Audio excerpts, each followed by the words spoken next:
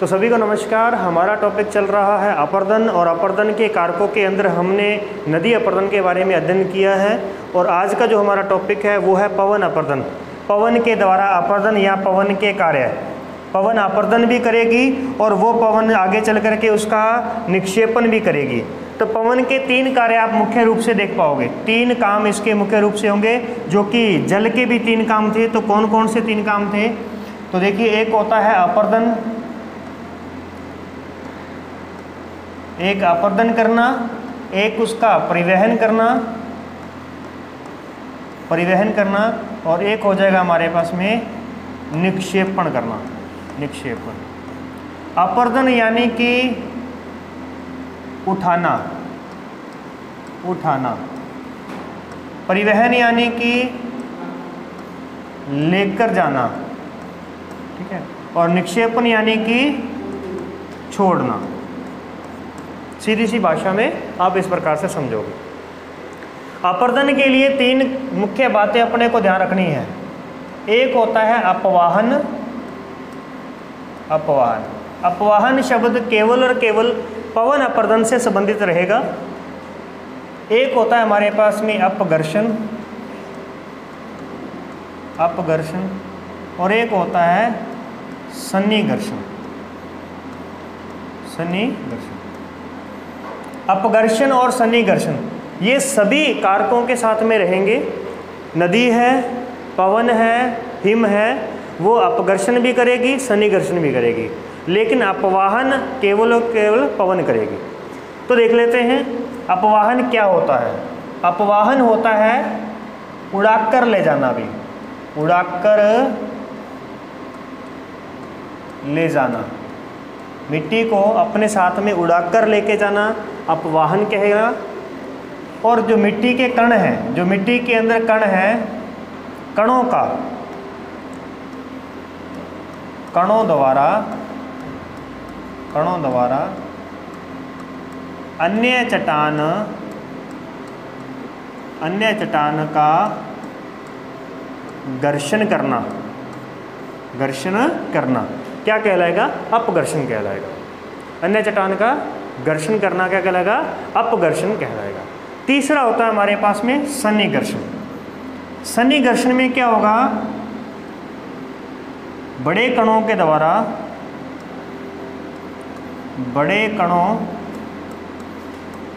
का आपस में टकराकर चूर्ण बनना। तो ये दोनों प्रक्रियाएं जो है ये हमने कल भी देखी थी। अपघर्षण होता है कि चट्टान के जो छोटे छोटे टुकड़े होते हैं उनके द्वारा जब वो हवा चलेगी तो जिन चट्टानों से वो टकराएगी तो उसके हवा के अंदर जो कण हैं वो भी उस चट्टानों से टकराएंगे। तो वो चट्टानों से टकराएंगे ना, तो उसे घर्षित करेंगे, यानी उसका घर्षण करेंगे, उसे घिसेंगे। तो यह जो प्रक्रिया है वो अपघर्षण कहलाती है। अब ये जो हवा के अंदर जो हवा में जो कण चल रहे हैं, वो कण यदि आपस में टकराते रहेंगे बीच में और छोटे होते रहेंगे, चूर्ण बनते रहेंगे, तो उसे हम क्या कहेंगे? सन्निघर्षण कहेंगे। और अपवाहन यानी कि उन कणों को उठाना और उड़ा करके लेके जाना अपवाहन कहलाता है। 3 बातें होगी। फिर परिवहन था हमारे पास में, तो परिवहन यानी कि लेकर के जाना, निक्षेपण यानी कि आगे चल कर उसे छोड़ देना। तो चलिए देखते हैं, सबसे पहले अपर्दन के बारे में देखते हैं। देख लीजिए, पवन अपर्दन से निर्मित स्थल रूप, हमें यही पढ़ने हैं। आपको प्रश्न जो आएगा वो इस प्रकार से आएगा कि पवन अपर्दन से निर्मित स्थल रूपों के बारे में बताइए। किन्हीं 4 स्थल रूपों के बारे में बताइए, या पवन के कार्य बताइए। तो वहाँ आप अपर्दन के कारक भी लिख सकते हो और निक्षेपण वाले भी स्थलाकृतियाँ लिख सकते हो। आप लिखोगे जैसे सबसे पहले वात गर्त। वात यानी कि हवा, वायु का ही पर्यायवाची क्या होता है? वात होता है। तो वात गर्त।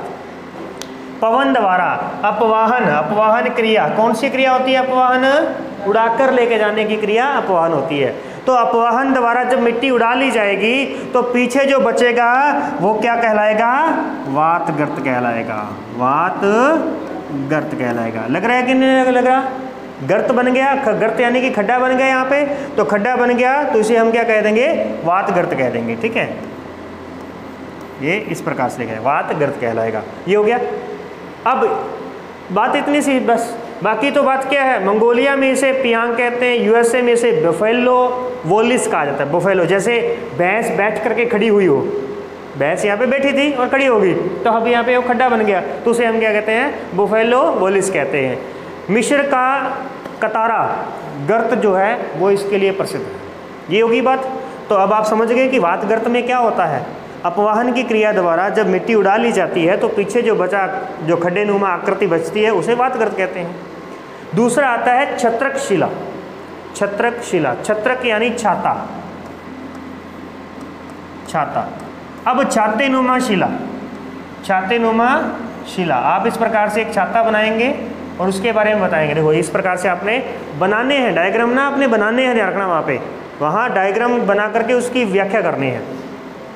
अब क्या होता है, पवन के मार्ग में कठोर परतदार अवसादी चट्टान, कौन सी, कठोर होगी, परतदार होगी, अवसादी चट्टान होगी, के आने से पवन द्वारा मध्य भाग में तो क्या होगा, तीव्र अपर्दन, मध्य भाग में तीव्र अपर्दन होता है। जैसे जैसे ऊंचाई बढ़ती है ऊपर पवन का घर्षण कम होता है, नीचे जमीन के साथ पवन का घर्षण क्या होता है, अधिक होता है, तभी तो वो मिट्टी उड़ाती है।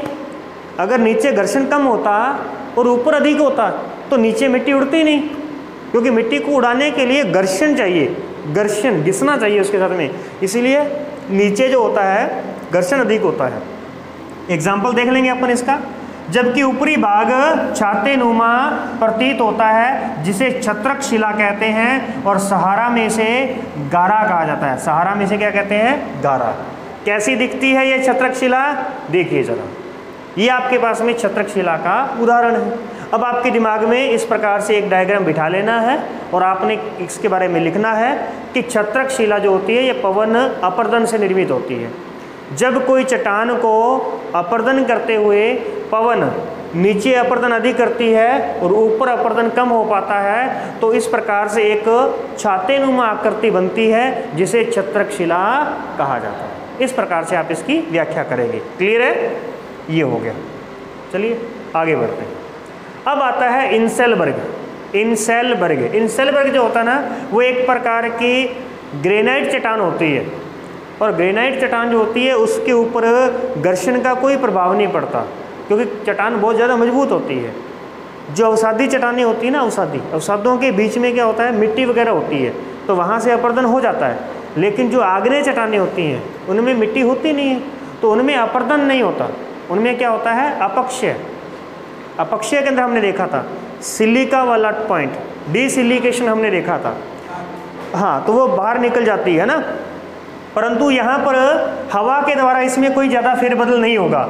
इस वजह से क्या होगा कि पवन के मार्ग में कठोर ग्रेनाइट चट्टान आने से उसको चिकना करती है। पवन केवल क्या करती है, उसे चिकना करती है। किस क्रिया से, अपघर्षण से। तो अपघर्षण का मतलब क्या था कि जो पवन के पास में जो कण है वो कण दूसरी चट्टानों से टकराएंगे और उसको घिस करके चिकना कर देंगे। ठीक है, तो ये अपघर्षण होता है। इंसेलबर्ग जर्मनी का शब्द है, इसे मरुद्वीप पर्वत कहते हैं। मरुद्वीप रेगिस्तान में आपको एक द्वीप के रूप में नजर आएंगे। रेगिस्तान में कैसे मिलेंगे अपने को, द्वीप के रूप में नजर आएंगे। एलसी किंग ने इंसेलबर्ग का निर्माण नदी अपर्दन से बताया है, जो कि मान्य नहीं है। तो एलसी किंग ने कहा कि भी इंसेलबर्ग जो है ना वो पवन से निर्मित नहीं है, वो नदी से निर्मित है, परंतु ये मान्य नहीं है। तो हमें सिर्फ इतनी बात पढ़नी है, बस ये 2 लाइनें आपको पढ़नी है अच्छे तरीके से कि इंसेलबर्ग क्या होता है। जब मरुस्थल के अंदर कोई कठोर ग्रेनाइट चट्टान होती है तो पवन द्वारा उसे सिर्फ घिस करके चिकना किया जाता है, और इस प्रकार से जो निर्मित स्थलाकृति होती है उसे हम इंसेलबर्ग कहते हैं। कितनी आकृतियाँ होगी हमारे पास में, 3। वातगर्त कैसे बना था, अपवाहन से। छत्रक शिला कैसे बनी थी, ऊपर कम अपर्दन नीचे अपर्दन अधिक हुआ तो छातेनुमा आकृति बन गई। और इंसेलबर्ग कैसे बना, अपघर्षण की वजह से बना। क्लियर।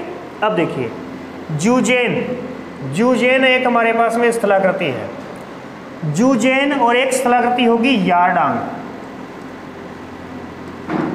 यार्डान। दोनों में डिफरेंस क्या है यही समझा देता हूँ आपको। जूजेन के अंदर देखो एक चट्टान कठोर है, ये कठोर चट्टान है, फिर उसके नीचे मुलायम चट्टान आ गई, मुलायम, फिर कठोर चट्टान आ गई। इस प्रकार से यानी कि कठोर व मुलायम चट्टानों का जब क्षैतिज, ये कैसा जमाव है? क्षैतिज जमाव है। एक होगा हमारे पास में कठोर चट्टान, फिर मुलायम चट्टान, फिर कठोर, फिर मुलायम। ये कौन सा जमाव है? लंबवत। लंबवत। ये कौन सा जमाव है? क्षैतिज जमाव है। तो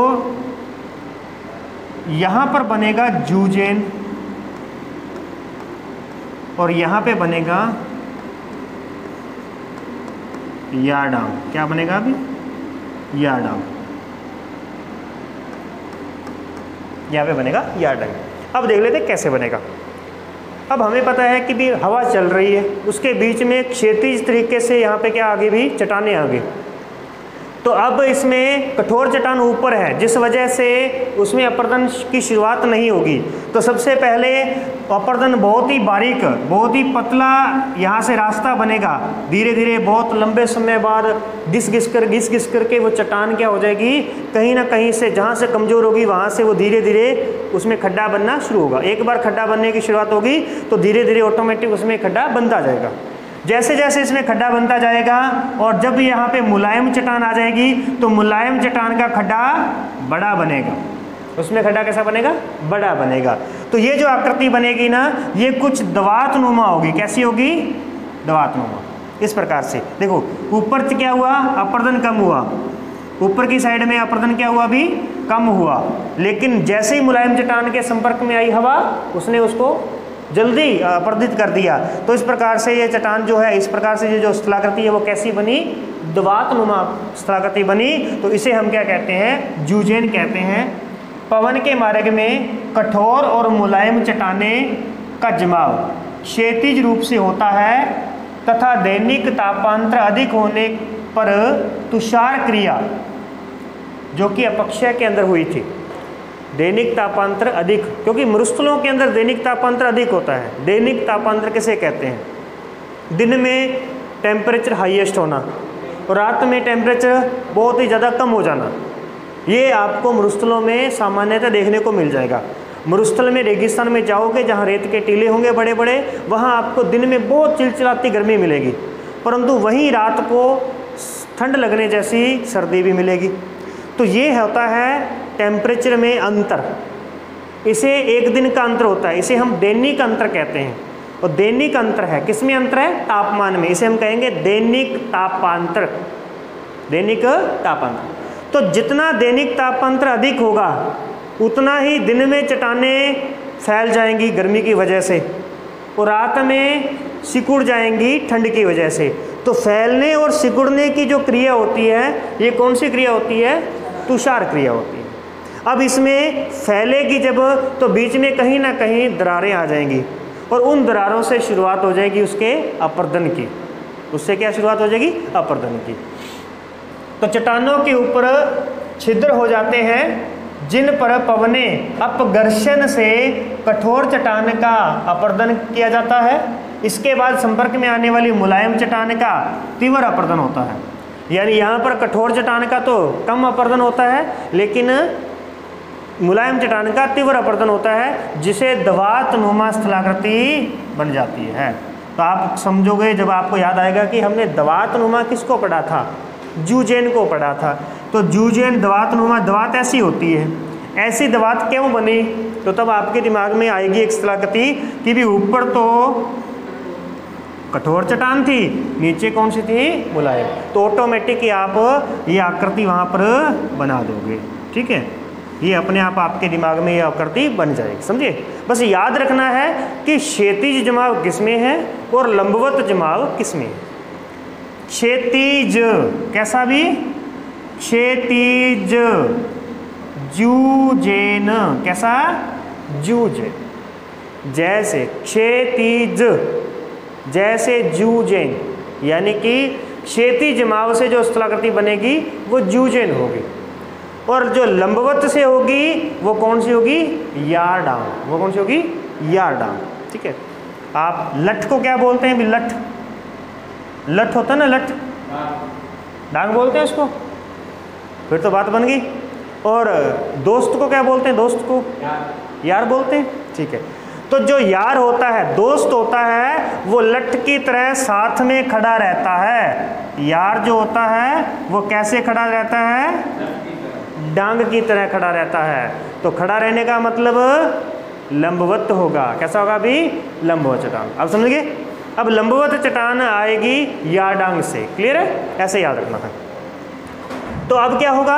अब बीच में चट्टान है, अब ऊपर से किसी का दबाव नहीं है, तो बीच में जो मुलायम चट्टान है ये जल्दी निकल जाएंगी यहाँ से और अकेली खड़ी रह जाएंगी। कौन सी? कठोर चट्टानें खड़ी रह जाएंगी और वो भी ऊपर से तीखी हो जाएंगी। तो कैसी आकृति बनेगी देख लेते हैं। इस प्रकार की आकृति बनेगी। ये देख लीजिए, इसे हम सर्प फन कह सकते हैं। सर्प फन, सांप के फन की जैसे, यानी एक कठोर आकृति यहाँ पे थी, एक यहाँ पे थी, और बीच में जो मुलायम था वो यहाँ से गायब हो गया। क्लियर है? तो इस प्रकार से बनने वाली जो स्थलाकृति होगी उसे हम क्या कहेंगे? यार डांग कहेंगे। तो पवन दव के मार्ग में कठोर मुलायम चट्टानें लंबवत होती हैं, तीव्र अपर्दन होता है मध्य में, और कठोर के बाद में मुलायम चट्टान का अपर्दन हो जाता है। कठोर चट्टान तीक्ष्ण कटक के रूप में विकसित होती है और इस प्रकार से ये बहुत ही लंबे लंबे, देखो बीच में गैप है पूरा का पूरा सारा, तो ये कैसे कहलाते हैं? भी यार डांग कहलाते हैं। क्लियर है? तो अभी तक हमने कौन सी स्थलाकृतियाँ देखी? वातगर्त कैसे बना था? अपवाहन की क्रिया से बना था। दूसरा बना हमारे पास में छत्रक शिला, कैसी होती है? छाते नुमा होती है। तीसरी हमने देखी इंसेलबर्ग, क्या था? घिसा था उसको, केवल तोड़ नहीं पाएगी, घिसेगी। चौथी थी हमारे पास में जूजेन। जूजेन में चट्टानों का जो जमाव है वो कैसा होगा? क्षैतिज, और यार डांग में लंबवत होगा। चलिए 5 स्थलाकृतियाँ हमने यहाँ पर देख ली हैं। तो ये हो गया हमारे पास में जूजेन है, यार डांग है, और वातगर्त है, और इंसेलबर्ग है। ये जो पहाड़ जो कि आज तक भी वैसे के वैसे पड़े हैं, जिनका कोई काट छाट नहीं हुई है, वो क्या है? इंसेलबर्ग कहलाते हैं। अब आते हैं, एक होगी हमारे पास में जालीदार शिला। ये शिला है, जालीदार शिला। जालीदार शिला, जालीदार शिला कैसे बनती है? ये इस प्रकार से, यानी जो बीच बीच में कठोर और मुलायम चट्टानों का यदि जमाव कैसा हो? मिक्स हो। पहले तो हमने देखा था कठोर मुलायम, कठोर मुलायम, तो बनी थी जूजेन। कठोर मुलायम, कठोर मुलायम, तो बनी थी यार डांग। अब मिक्स है, कहीं कठोर कहीं मुलायम, कहीं कठोर कहीं मुलायम, तो जहाँ जहाँ पे मुलायम है वहाँ से वो गायब, और जो कठोर है वो रह जाएगी। तो ये देखो, ये कठोर जो भाग है वो रह जाएगा और मुलायम यहाँ से अपर्दित होकर के निकल गई। तो इस प्रकार से जो बनेगी वो क्या होगी? जालीदार शिला होगी। और धीरे धीरे अब ये कठोर चट्टान भी बढ़ती जाएगी, बढ़ती जाएगी, इसके जो छिद्र हैं वो बढ़ते जाएंगे, तो क्या बन जाएगी? खिड़की बन जाएगी। क्या बन जाएगी? खिड़की बन जाएगी। और ये खिड़कियां जब 2-3 खिड़कियां आपस में मिल जाएंगी और बीच का भाग कट जाएगा, तो क्या बन जाएगा? पुल बन जाएगा। क्या बन जाएगा? पुल। तीनों चीज़ें एक जैसी है। इसमें तीनों में ही मुलायम और कठोर का जमाव कैसा होगा? यानी इसमें अपन कहेंगे, इसमें लिखा होगा बिखरे रूप में। कैसा होगा भी? बिखरे रूप में। कठोर मुलायम संरचना बिखरे रूप में होगी। अपघर्षण करके मुलायम चट्टानों का अपर्दन किया जाएगा, जिससे चट्टानों में छिद्र विकसित हो जाएंगे, और छिद्र युक्त चट्टानों को जालीदार शिला कहते हैं। अब इस शिला से ही आगे, जालीदार शिला से ही खिड़की बन जाएगी, खिड़की से क्या बन जाएगा? पुल बन जाएगा। देखना चाहोगे पुल कैसा होता है? चलिए, इस प्रकार का पुल होता है। ये जो आपने देखा होगा वॉलपेपर में, ये लैपटॉप के वॉलपेपर में होता ही होता है, वहाँ पे आप सर्च करोगे तो वहाँ नहीं मिलेगा ही। ये किससे बना हुआ है? तो ये देख सकते हो आप, इसके ना आपको हर जगह पर पवन के, घर्षण के निशान अपने को यहाँ पे मिलेंगे। जहाँ जहाँ पर हल्की मिट्टी थी वहाँ से उसने क्या कर दिया? सारा इसका अपर्दन कर दिया है। तो ये क्या बन गया? हमारे पास में पुल बन गया है। ये प्राकृतिक पुल है। ठीक है, कितनी चीज़ें हुई हमारे पास में? जालीदार शिला, जालीदार शिला से क्या बनी? जालीदार प्राकृतिक खिड़की बनी, खिड़की से क्या बना? पुल बन गया। ठीक है, आगे बढ़ते हैं। अब आता है भूस्तंभ। भूस्तंभ, ये देखो ये रियल इमेज है जो कि अपने को गूगल पे मिल जाएंगी। आप इस प्रकार से डिमोइड सेल्स सर्च करोगे, डिमोइड सेल्स, तो आपको ये मिल जाएगा भी। इसमें क्या होता है, पवन के मार्ग में मुलायम चट्टान हो पर किंतु उसका ऊपरी आवरण जो हो वो कैसा होगा? कठोर होगा। ऊपरी आवरण इसका कैसा है? कठोर। तो ऊपरी आवरण कठोर है तो कठोर पर तो वैसे भी ऊंचाई पर घर्षण कम होता है और कठोर चट्टान वैसे की वैसी रहेगी, और नीचे से मुलायम चट्टानों का क्या हो जाएगा? भी घर्षण हो जाएगा। तो ऐसे लगता है ना जैसे किसी ने ऊपर रखा होता है पत्थर को, तो ये ऐसी संरचना बन जाएगी जिसमें ऐसे लगे कि ऊपर पत्थर रखा गया है, परंतु ये रखा नहीं गया, ये अपर्दित होकर के ऐसा बना है। तो ये इस प्रकार की, ये लगभग छत्रक शिला के जैसी है, परंतु दोनों में डिफरेंस है, ध्यान रखिएगा, क्योंकि ये थोड़े एक तो ज़्यादा ऊंचे होते हैं, ये पथरीले क्षेत्रों के अंदर होते हैं। कहाँ पे होते हैं? पथरीले। और वो कहाँ पे होता है? रेगिस्तान के अंदर होता है। ठीक है, चलिए ये हो गया इस प्रकार से। अब आता है ड्राई कांटर। ड्राई कांटर जो है ये मरुस्थलीय है। पथरीले मरुस्थलों में जो सतह पर पड़े शिलाखंडों पर पवन के अपर्दन द्वारा खरोंचे पड़ जाती हैं। जो पत्थर होते हैं ना, बड़े बड़े पत्थर होते हैं, ये देखो ये पत्थर है, तो इन पत्थरों का पवन कुछ नहीं कर सकती, लेकिन फिर भी कहीं ना कहीं उसके ऊपर खरोंचे तो पड़ी जाती हैं, क्योंकि जो पवन के साथ में जो कंकड़ पत्थर आ रहे हैं वो कंकड़ पत्थर इससे टकराते हैं और इसको खुरेच देते हैं। ठीक है, यानी स्क्रैच आ जाते हैं जिसके ऊपर। तो जिस कारण शिलाखंड या पत्थर टुकड़ों पर तरह तरह की नक्काशी हो जाती है। यदि पवन कई दिशाओं से होकर चलती है, अगर एक दिशा से चलेगी तो अपने को कुछ इस तरीके की आकृति मिलेगी, अगर कई दिशा से चलेगी भी, इधर से भी चली, कभी कभार इधर से हवा चली, कभी उधर से हवा चली, तो इस प्रकार में क्या बनेगा हमारे पास में? चलती है तो इन शिलाखंडों की आकृति चतुष्फलक हो जाती है। कैसी हो जाती है? चतुष्फलक। अब ध्यान रखना, चतुष्फलक आकृति कौन सी होती है? चतुष्फलक होती है जिसमें 4 फलकें होती हैं। आप सामान्यतः पासे को देखते हो, पासा होता है ना, पासा, क्यूब डाइस होता है जो, उसमें कितनी फलकें होती हैं? 6 फलकें होती हैं। तो क्या आप 4 फलकों से किसी आकृति को बंद आकृति बना सकते हो क्या? 4 फलकों से, 4 फलकों से बंद आकृति बनानी है अपने को, तो 4 फलकों से तो बंद आकृति बनेगी नहीं, क्योंकि हमें छत और फर्श चाहिए। तो इसके लिए 4 आकृतियाँ कैसी ली जाती हैं? त्रिभुजाकार। ये 4 त्रिभुजों को जोड़ करके आप 4 त्रिभुजों को जोड़ करके क्या बना सकते हो भी? एक बंद आकृति बना सकते हो। इस प्रकार से चारों त्रिभुजों को, ऊपर 3 त्रिभुज ऊपर होंगे, 1 त्रिभुज नीचे होगा, तो चारों त्रिभुजों को जोड़ करके हम क्या कर सकते हैं? एक बंद आकृति बना सकते हैं। प्रैक्टिकल करके देखना, घर पे जाकर के 4 त्रिभुज काटना एक जैसे और उनको आपस में जोड़ करके बना करके देखना। ठीक है ना, जितना प्रैक्टिकल करके देखोगे ना ज्योग्राफी के अंदर, उतना ज़्यादा इंटरेस्ट बढ़ेगा आपका और उतनी आसानी से आप उसमें नंबर अच्छे ले सकते हो। ठीक है, तो चतुष्फलकीय बन जाती है और एक फलक तो इसका नीचे रहेगा, 3 फलक इसके ऊपर रहेंगे। तो आप देख सकते हो 1, 2 और 1 इसके पीछे, 3 ही फलक है इसके अंदर, चौथा नीचे है। या यहाँ पर देख सकते हो आप, ये हमारे पास में कितना है? इसमें 1, 2 और 1 यहाँ पर अगर बन जाए तो इस प्रकार से ऊपर से देखने पर हमें ये देखो कितने फलक देखेंगे? 1, 2, 3। कितने त्रिभुज देखेंगे? 3 त्रिभुज और 1 त्रिभुज नीचे हुआ। तो तथा शेष 3 बाहर दिखाते हैं जो त्रिकोणाकार निकले होते हैं, इन्हें ड्राई कांटर कहते हैं। इसे क्या कहते हैं? ड्राई कांटर। तो मुख्य रूप से ड्राई कांटर का जो सबसे सटीक उदाहरण है वो ये रहा आपके सामने। इसके अलावा भी जितने भी टुकड़े यहाँ पर पड़े होंगे वो भी उसको हम ड्राई कांटर ही कहेंगे। अब अगर अपघर्षित फलक वाले बोल्डर को 8, अगर उसके 8 फलक होंगे ना, 8 फलक होंगे, तो उसे हम क्या कहेंगे? वेंटिफेक्ट बोलेंगे। क्या बोलेंगे? वेंटिफेक्ट। तो यहाँ पर देखो, पथरीले की बात करें तो पथरीले मरुस्थल में हमने 3 बातें देखी, एक भूस्तंभ, एक ड्राई कांटर, एक वेंटिफेक्ट। भूस्तंभ पथरीले मरुस्थल में होता है जहाँ दूर दूर तक पथरीले होंगे, और वो क्या होता है अभी वहाँ पे एक मतलब कि ऊपर क्या कठोर पत्थर है, नीचे मुलायम पत्थर होने की वजह से नीचे वाला जो भाग है वो एक स्तंभ नुमा खड़ा दिखाई देगा और उसके ऊपर एक बड़ा सा पत्थर टिका हुआ दिखाई देगा। ठीक है, तो ये हमारे पास में भूस्तंभ कहलाएगा। ड्राई कांटर जो पथरीले पत्थर हैं ये प्योर पत्थर हो जाएंगे, और कितने फलक वाले, चतुष्फलकीय हो जाएंगे। और ये अगर हमें इसमें 8 फलक कहें तो क्या बन जाएगा, वेंटिफेक्ट बन जाएगा। ठीक है, चलिए तो ये देख लीजिए यहाँ पे, ये आपको ड्राई कांटर दिख रहा है,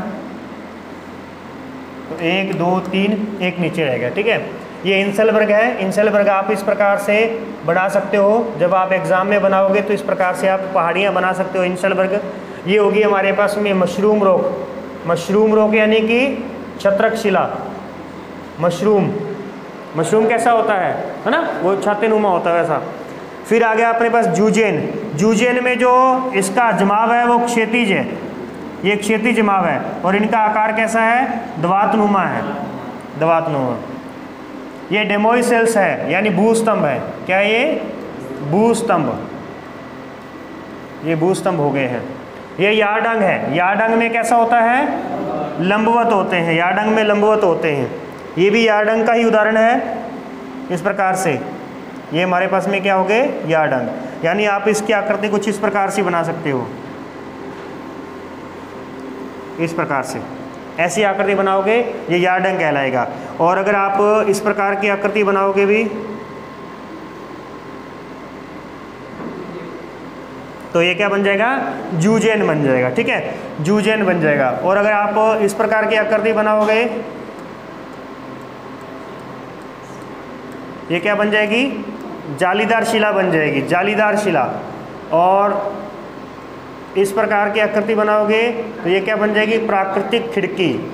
और एक बना दोगे आपको इस प्रकार की आकृति तो ये बन जाएगा प्राकृतिक पुल हो जाएगा। ठीक है, ये हो गया, ये होल्स हो गए। स्टोन लैटिका यानी कि ये हमारे पास में क्या होगी, जालीदार शिला होगी। आगे चलिए, तो निक्षेपण में, अब निक्षेपण की बारी है। तो अपर्दन में हमने कितनी बातें देखी, सबसे पहले वातगर्त, दूसरा शत्रक शिला, तीसरा इंसेलबर्ग, चौथा जूजेन, पांचवा यार्डंग, छठा भूस्तंभ, सातवां ड्राई कांटर, और आठवां वेंटिफेक्ट। आठवें में क्या गया, वेंटिफेक्ट। ये 8 हो गए हमारे पास में। अब आते हैं पवन के निक्षेपण। अब जो भी मलबा उसने अपने साथ में उठाया था पवन ने, वो जाकर के छोड़ेगी। अब वो छोड़ती किस रूप में है उसके आधार पर हम उसकी स्थलाकृतियों के नाम देंगे। तो जो भी मिट्टी छोड़ी जाती है वो सारी की सारी क्या होती है, अभी बालू होती है, क्योंकि अब वो बारीक हो चुकी है। तो उससे क्या बनेंगे, बालू का स्तूप, बालू का स्तूप बनेगा। ठीक है ना, तो बालू का स्तूप, सैंड डून्स बनेंगे। तो चले देखते हैं। सबसे पहले दोरे किसे कहते हैं, भी रेत के बड़े बड़े टीले। हमने ये जब राजस्थान कर रहे थे, राजस्थान ज्योग्राफी हमने कर रहे थे ना, उसमें भी मैंने ये सारी की सारी बातें वहाँ पे बताई थी। राजस्थान का जो हमारा थार मरुस्थल है उसमें ये सारी बातें आती हैं, क्योंकि हमारे मरुस्थल में ये चीज़ें बनती हैं यहाँ पे। तो दोरे बड़े बड़े टीले हो गए। दारियन स्थानांतरित होने वाले बालू का स्तूप, एक स्थान से आगे चलने वाले। बरखान जो है तुर्की शब्द है, ये क्या होता है, अर्धचंद्राकार बालू का स्तूप होते हैं। कैसे स्तूप होते हैं, ये अर्धचंद्राकार बालू का स्तूप होते हैं। अनुदैर्ध्य, ये लंबे समय तक यानी पवन की दिशा में, इसको सीधा सीधा याद रखना, पवन की दिशा में या पवन के दिशा के समांतर बनने वाले बालू का स्तूप। और अनुप्रस्थ जो होंगे वो अवरोध में बनेंगे, यानी उसके समकोण बनेंगे भी, पवन के समकोण। पवन जिस तरह बंद चल रही है तो पवन के सामने बनेंगे तो वो अनुप्रस्थ होंगे, और जो पवन के बराबर बनेंगे, पवन ऐसे जा रही है तो पवन के बराबर ही बनेंगे, तो उन्हें हम अनुदैर्ध्य कहेंगे। तो आप यहाँ से ये शब्द सुन सकते हो, अनुदैर्ध्य, इसमें द आया, दिशा में बनेंगे। अनुप्रस्थ, तो अनुप्रस्थ में आप ध्यान रखोगे कि ये उसके समकोण बनेंगे। प्रस्थ, स से क्या बन जाएगा, समकोण। द से क्या बन जाएगा, दिशा में, उसकी दिशा में। इस प्रकार से चीज़ें आप याद कर सकते हो। सीप क्या होता है, बरखान का अर्ध सींग, ये हमने पूरा बनाया था। अब अगर आधा सींग बनाए तो वो क्या बन जाएगा, बरखान बन जाएगा, सॉरी सीप बन जाएगा। अब यहाँ पर आपको लग रहा होगा कि ये तो मैंने यार्डंग की तरह बना दिया, तो ध्यान रखो ये यार्डंग की तरह नहीं है। 1 मिनट को थोड़ा सा अपन देख भी लेते हैं। ठीक है, यहाँ देखिए, ये हमारे पास में देखो, अगर अर्धचंद्राकार बालू का स्तूप बनता है, ये पूरा का पूरा यहाँ तक, ये बालू का स्तूप, तो हम इसे क्या कहते हैं, बरखान। अब ये अर्धचंद्र का पूरा नहीं है, आधा ही है, तो हम इसे क्या कहेंगे, सीप कहेंगे। समझ गए ना। ये आकृति मैं आपको कैसी दिखा रहा हूँ, ये आकृति बता रहा हूँ इस प्रकार के। याडंग कैसा था, इस प्रकार का याडंग खड़े रूप में था। ये क्या है, अर्धचंद्राकार कैसा है, इस तरीके से लेटे हुए लेट में इस तरीके से है, ठीक है। और इस तरीके से ये क्या हो गए, दोरे, बड़े बड़े रेत के टीले, ये क्या है, दोरे है। और ये जो दोरों के ऊपर ये जो आपको लहरें दिख रही हैं, जैसे समुद्र के पानी के ऊपर लहरें होती हैं, इन्हें उर्मिका बोलते हैं। क्या बोलते हैं, उर्मिका। छोटी छोटी लहरें, छोटी छोटी लहरों को क्या बोला जाता है, उर्मिका बोला जाता है। अब यही अगर बालू का स्तूप हवा के सामने होगा तो हम इसे अनुप्रस्थ बोल देंगे, यही अगर हवा के समांतर होगा तो हम इसे अनुदैर्ध्य बोल देंगे। तो ज़्यादा कुछ भी नहीं है उसमें, बस वो बोलचाल की भाषा ही है। शबर काफिज किसे कहते हैं, मंद पवन वेग से झाड़ियों के सहारे निर्मित होने वाले, झाड़ियों के सहारे निर्मित जो होने वाले बालू का स्तूप होते हैं। जहाँ पर भी रेगिस्तान में झाड़ियाँ आती हैं तो आपने देखा होगा कि उस झाड़ी के आगे की तरफ नहीं, पीछे की तरफ मिट्टी जमा हो जाती है। पीछे की तरफ क्या हो जाती है, मिट्टी जमा हो जाती है, क्योंकि आगे से तो हवा कटाव कर देती है, परंतु पीछे की तरफ जमा हो जाती है, तो उसे हम शब्बर काफिज कहते हैं। पैराबोलिक बालू का स्तूप, ये भी झाड़ियों के सहारे होते हैं, परंतु ये कैसे होते हैं, बहुमुखी होते हैं। और इन्हीं से ही आगे चल करके बन जाएगा तारा बालू का स्तूप। क्या बन जाएगा, तारा बालू का स्तूप। जैसे यहाँ पे देखते हैं अपन कि ये हमारे पास में झाड़ी है, यहाँ पे झाड़ियाँ हैं, तो झाड़ी के पीछे बना, जो झाड़ियों के पीछे बनेगा उसे हम क्या कहेंगे, शबर काफिस। अब अगर झाड़ियाँ जो हैं इस प्रकार से फैली हुई हैं तो इन झाड़ियों के यहाँ पर बनेगा जो वो होगा पैराबोलिक। ये कौन सा होगा, पैराबोलिक। और अब झाड़ियाँ अगर पूरी लंबी चौड़ी ऐसे फैली हुई हैं और इस बार बनेगा जो हमारे पास में ये बन जाएगा कौन सा, तारा बालू का स्तूप। ये कैसा बन गया, तारा, एक तारे के रूप में, ये झाड़ियों के चारों ओर बन गया, तो वो तारा बालू का स्तूप है। फिर उर्मिका, ये क्या होगी, लहरें। इर्ग, वनस्पति रहित जो पूरा का पूरा मरुस्थल होता है ना, उसे इर्ग कहा जाता है। इर्ग, इर्ग रेतीला मरुस्थल होता है, रेतीला मरुस्थल को इर्ग कहते हैं, रेतीला मरुस्थल को। और हम्माद, हम्माद पथरीला, पथरीला मरुस्थल जो होता है वो क्या कहलाता है, हम्माद कहलाता है। और रेग, रेग किसे कहते हैं, मिश्रित मरुस्थल को रेग कहते हैं, मिश्रित मरुस्थल को रेग कहते हैं। तो देखो इर्ग किसे कहेंगे, जिसमें रेत ही रेत होगी, दूर तक रेत ही रेत है, वो इर्ग है। और इसका उदाहरण है सहारा, सहारा जो मरुस्थल है ना वो इर्ग जैसा है। हम्माद पथरीला मरुस्थल, जिसमें चारों ओर पत्थर ही पत्थर दिखेंगे आपको। जरूरी नहीं है कि मरुस्थल का अर्थ रेगिस्तान, यानी रेगिस्तान का अर्थ रेत ही रेत होगी, नहीं, बर्फ का भी मरुस्थल हो सकता है, दूर दूर तक बर्फ ही बर्फ है, तो वो उसे हम कहेंगे बर्फीला मरुस्थल। क्या कहेंगे उसे अपन, बर्फीला। जैसे कि अंटार्कटिका महाद्वीप है, उसके ऊपर पूरी बर्फ जमी हुई है, तो उसे हम नाम देते हैं श्वेत मरुस्थल। क्या कहते हैं उसे अपन, श्वेत मरुस्थल। तो इसीलिए बर्फ का मरुस्थल हो सकता है, पत्थरों का मरुस्थल हो सकता है, और इसी प्रकार का एक मरुस्थल होता है जो कि घास का मरुस्थल है। एक अंटार्कटिक महासागर है जिसके अंदर एक सार्गेसो सागर है, सार्गेसो सागर, ठीक है, वहाँ पर क्या है, घास ही घास है पूरी की पूरी, तो उसे हम जो महासागरीय मरुस्थल की संज्ञा देते हैं। क्या कहते हैं, महासागरीय मरुस्थल। तो बस सीधी सी बात है, वापस आ जाओ, यानी कि ऐसी स्थलाकृति जो कि वहाँ अति होने की वजह से लाभदायक ना हो, जिस चीज़ की अति हो जाती है, अति मतलब ज़्यादा, जैसे वर्षा नॉर्मल, अतिवृष्टि यानी ज़्यादा वर्षा, अति किसी भी काम की, किसी को मतलब मीठा खाने की आदत है तो ठीक है भाई मीठा चलेगा, लेकिन किसी को मीठा खाने की लत लग गई तो उसे शुगर हो जाएगा, वो जल्दी ही निपट जाएगा। तो सेम उसी तरीके से जिस एरिया में अगर थोड़ी बहुत रेत है तो चलेगा, अगर लेकिन रेत के टीले टीले हैं दूर तक तो हम उसे रेगिस्तान कहेंगे। ऐसे ही अगर पथरीला है और किसी काम नहीं आ रहा अपने तो पूरा का पूरा वो मरुस्थल कहलाएगा। ऐसी बर्फ़ है परंतु किसी काम नहीं आ रही तो वो बर्फीला मरुस्थल कहलाएगा। भाई बात समझ गई ना। तो मरुस्थल का अर्थ रेत के मरुस्थल से बिल्कुल भी नहीं लेना। मरुस्थल का अर्थ वो नहीं है कि वहाँ रेत होगी। आप सुनते हो कि भी वहाँ तो मरुस्थल है, अगर मैंने आपको कह दिया कि अंटार्कटिका पर मरुस्थल है तो आपके दिमाग में क्या आएगा कि दूर दूर तक रेत ही रेत होगी, लेकिन नहीं, वहाँ पर बर्फ़ भी हो सकती है। तो इसीलिए ध्यान रखना है कि मरुस्थल शब्द का जो अर्थ है वो वीरान क्षेत्र से है। ऐसा वीरान क्षेत्र जो पूरा एक ही जैसा दिख रहा है दूर से, तो हम उसे मरुस्थल कहेंगे। भले वो पत्थरों का दिख रहा है वीरान, भले वो रेत का वीरान मरुस्थल दिख रहा है अपने को, और भले वहाँ पे रेत और पत्थर मिक्स दिख रहे हैं, तो उसे मरुस्थल की संज्ञा दी जाएगी। तो इसीलिए मिश्रित मरुस्थल जिसमें कंकड़ पत्थर और रेत होगी उसे हम क्या कहेंगे? रेग कहेंगे। तो रेग, हमाद, इर्क। रेगमार सुना है? रेगमार क्या होता है? रेगमार जिसे कहते हैं sand paper. Sand paper search करना, सैंड पेपर क्या होता है? सैंड पेपर, सैंड पेपर होता है जैसे यहाँ पे टेबल को जंग लगी हुई है, तो टेबल के ऊपर, जंग के ऊपर अपन घिसाएंगे ना उस सैंड पेपर को अच्छी तरीके से, वो वाइट सफ़ेद यानी उसके ऊपर से जंग हट जाएगी, उसे सैंड पेपर बोलते हैं।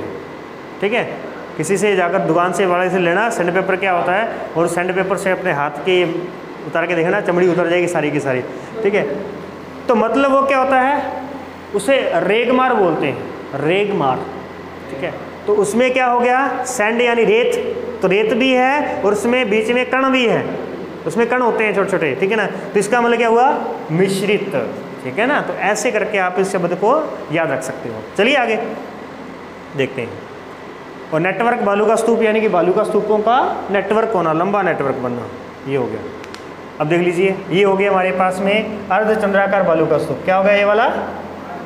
ये देखो, ये मिट्टी जो है वो कैसी पड़ी है? अर्धचंद्राकार पड़ी है। और इसमें अगर एक साइड है, इसका जो एक हॉर्न है, अगर हम इसको देखेंगे तो इसे हम सीप कहेंगे।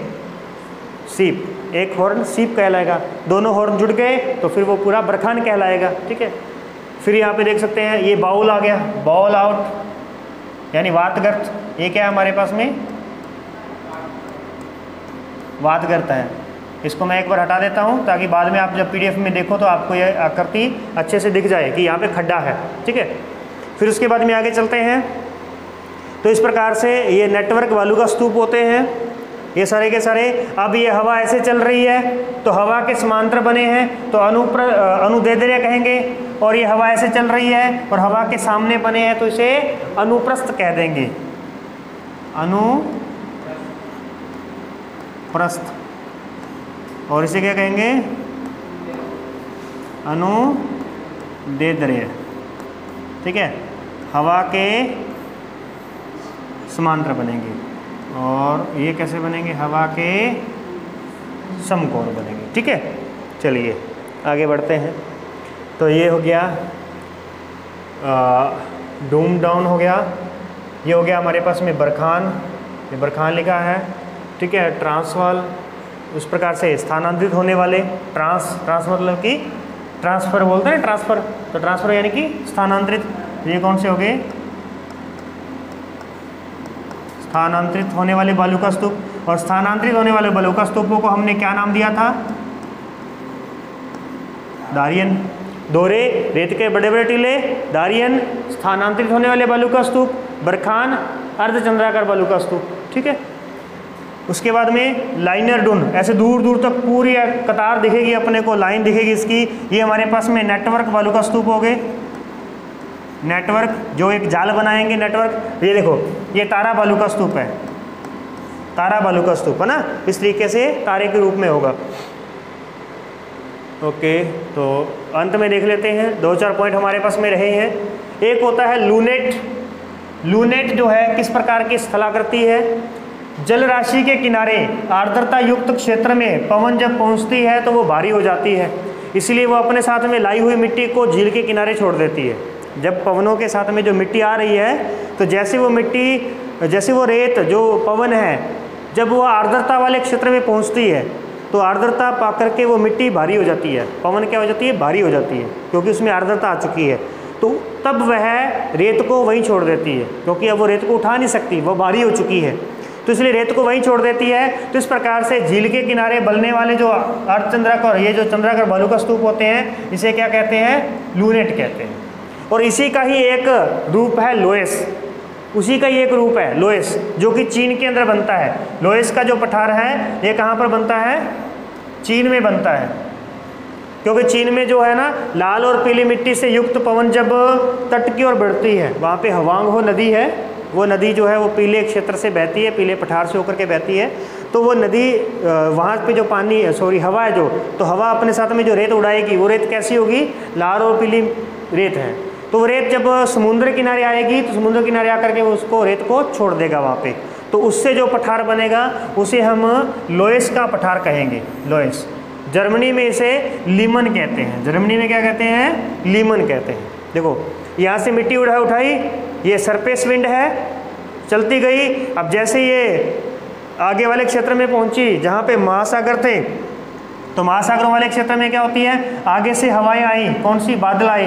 तो बादलों की वजह से ये जो रेत के कण थे, ये सारे के सारे कण क्या हो गए? यहीं पर जमा हो गए। तो यहीं जमा हो गए तो वहाँ पर पठार बन गया, यानी रेत गिरी, ऊपर से बरसात होगी, रेत गिरी, ऊपर से बरसात होगी, तो वो एक पठार के रूप में बन गया। तो उसे कहते हैं लोएस का पठार, जो कि चीन के अंदर बनता है, चीन में बनता है। ओके, एक हो गया हमारे पास में ट्रास। ट्रास किसे कहते हैं? बड़े बड़े रेत के कणों से निर्मित कटक नुमा बालू का स्तूप ट्रास कहलाते हैं। व्हेल बैक यानी वेंटीफेक्ट को क्या बोलते हैं? व्हेल बैक बोलते हैं। वेंटीफेक्ट क्या था? 8 फलक वाला, और ड्राई कंटर क्या था? 4 फलक वाला, ठीक है, ड्राई कंटर। तो लूनेट, लोएस, ट्रास, व्हेल बैक, ये चारों स्थलाकृतियाँ उपोष्ण मरुस्थल में बनती हैं। उपोष्ण मरुस्थल, यहाँ आर्द्र मरुस्थल में बनती हैं, यानी कि ये भारत में नहीं बनती, ये बनती हैं अपने से ऊपर, क्योंकि उपोष्ण क्षेत्र कौन सा होता है? कर्क रेखा से ऊपर वाला, कर्क रेखा से ऊपर वाला क्षेत्र होता है। और क्या रहेगा हमारे पास में? उत्खात भूमि, बीहड़ भूमि, ठीक है, जिसमें क्या होता है? इस प्रकार से अपने को उत्खात भूमि मिलेगी। यह पर्वतजात चट्टानों से अवनालिका अपर्दन से निर्मित होती है। अवनालिका अपर्दन, ये अवनालिका अपर्दन नदी द्वारा किया जाता है, ठीक है। और कंदरा युक्त भूमि होती है। राजस्थान में इन्हें बीहड़ के नाम से जानते हैं। राजस्थान में बीहड़ भूमि कहा जाता है, जो कि चंबल नदी का क्षेत्र है, बीहड़ भूमि का। पिडमांट जो होता है ना, ये पहाड़ यानी कि गिरी, जो अपने पर्वत है, पर्वत से जो मिट्टी बह कर के नीचे आई होती है, उस मिट्टी से जो पठार बनता है ना, उसे हम क्या कहते हैं? पिडमांट बोलते हैं।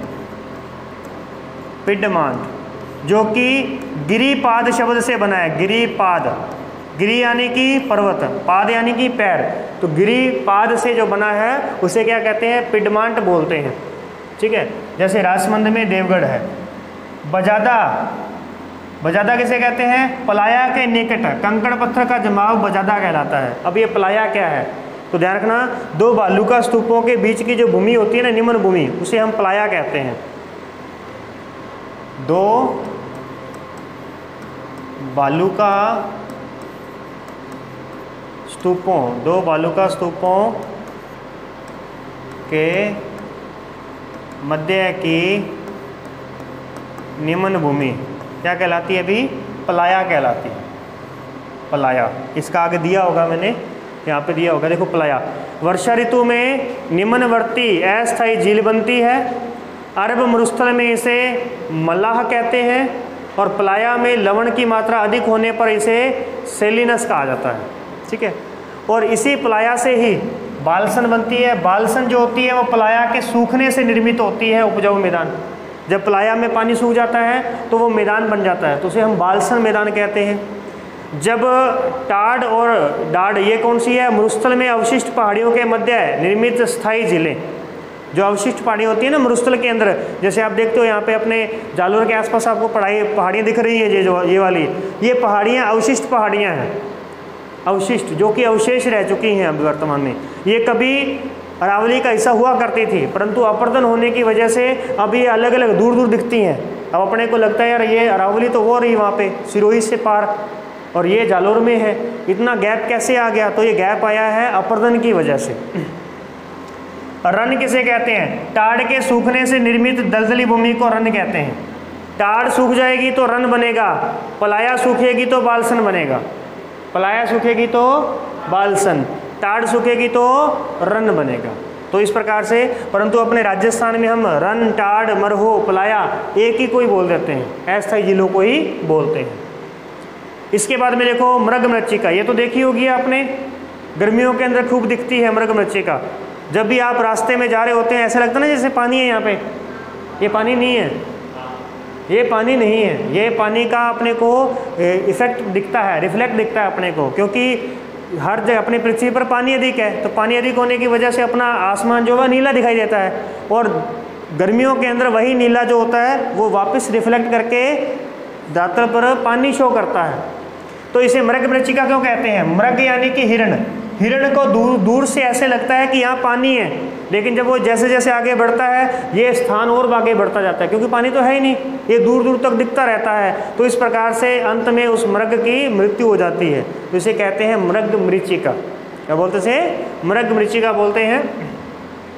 यह सूर्य ताप में आंतरिक प्रावर्तन से दिखाई देता है, प्रावर्तन से आभासी जलराशि के रूप में दिखाई देने वाला स्थल भाग है। पोकर्ण को ए लैंड ऑफ 5 मिरे का कहा जाता है, a land of 5 Mire, 5 Mire, Mire यानी कि मृगमृच्छिका, ठीक है, मिराज। एक और देख लो इसका एग्जाम्पल, ये देखो आपने सड़क पर जाते हुए अगर आप देखोगे गर्मियों के अंदर तो खूब आपको इस तरीके से दिखेगा कि पानी है यहाँ पे, तो वो पानी नहीं होता, वो होती है मृगमृच्छिका होती है, ठीक है। और अंत में रह गया हमारे पास में मरुस्थल उद्यान। यहाँ पर क्या है? भूमिगत जलराशि होने पर धरातल पर वनस्पति आवरण विकसित होता है, जिन्हें अरब के मरुस्थल में नखलिस्तान कहते हैं, और अपने यहाँ पे लाठी सीरीज कहते हैं। अपने यहाँ पे क्या होते हैं? लाठी सीरीज। लाठी सीरीज जैसलमेर के अंदर वह क्षेत्र है जिसके नीचे भूगर्भ में पानी है, तो पानी की वजह से उस क्षेत्र में घास उगाती है, और उस घास को सेवण घास कहते हैं, सेवण घास। और सेवण घास का वैज्ञानिक नाम जो है वो लस्यूरुस सिडिकुश है, लस्यूरुस सिडिकुश। याद हो जाए तो ठीक, वरना जरूरत नहीं है अपने को, ठीक है। यानी भूमिगत जल होने की वजह से मरुस्थल के ऊपर घास वनस्पति का होना अरब क्षेत्र में तो नखलिस्तान कहलाएगा, और राजस्थान में इसे लाठी सीरीज कहेंगे। तो लाठी सीरीज जो है ये अपने को मोहनगढ़ से लेकर के पोकर्ण के बीच में मिलती है, जो कि एक भूगर्भिक जलपट्टी है, भूमिगत जलपट्टी है। अरावली में जो लाठी सीरीज है ना, ये ध्यान रखना, नोट लगा के लिख रहा हूँ यहाँ पे भी, नोट। अरावली में लाठी सीरीज किसे कहते हैं? लाठी सीरीज भूगर्भिक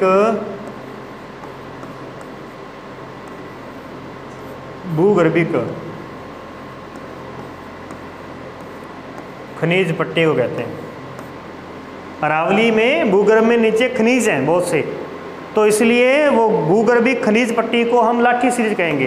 तो जब आपसे पूछा जाए कि अरावली के संदर्भ में, हालांकि अपने एक जीके का क्वेश्चन बनता है जो कि आपके कंपटीशन वगैरह एग्जाम में आता रहता है इस प्रकार का प्रश्न, और ये आपको सेकेंड ईयर में काम आएगा जब अपन सेकेंड ईयर के अंदर आप राजस्थान की ज्योग्राफी पढ़ोगे उस समय। फिलहाल आपके जो है एक भौतिक भूगोल है और एक आपके क्या है, भारत का भूगोल है, ठीक है। ये दो किताबें आपकी हैं जिसमें अपने भौतिक भूगोल को पढ़ रहे हैं। तो इस प्रकार से ये सेवण घास हो गई, और करडम, दड़म, इस प्रकार से कुछ और घासें वगैरह होती हैं, ये घासों के नाम हैं, ज़रूरत पड़े तो ठीक है। तो इस प्रकार से ये आज का हमारा टॉपिक था। तो हमने देखा है पवन अपर्दन, 2 अपर्दन हमने देख लिए हैं, तीसरा अपर्दन का कारक हम देखेंगे हिमनद, और उसमें बहुत अच्छी तरीके से आपको इंटरेस्ट भी आएगा, बहुत उसके अलग अलग बनावट है, क्योंकि ये बनावट तो आप लगभग देखते आए हैं। तो हिमनद की जो बनावट है वो अलग होगी। तो आज की क्लास में इतना ही, मिलते हैं नेक्स्ट क्लास के अंदर।